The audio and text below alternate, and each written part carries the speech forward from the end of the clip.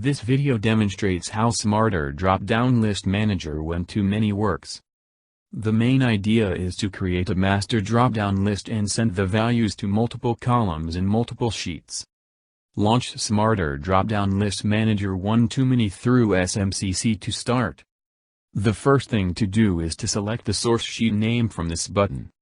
In this case, I am going to select this sheet which contains the values I want to send to these destination sheets here.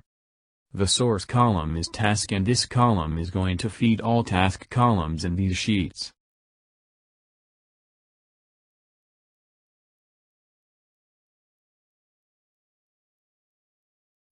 Second step, select the first destination sheet. Let's go with this sheet first, and the source column is going to be task, then save.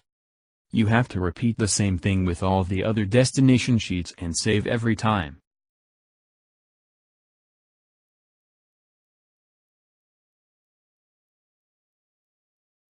In the end, you run the feature by clicking on Run Dropdown List Manager.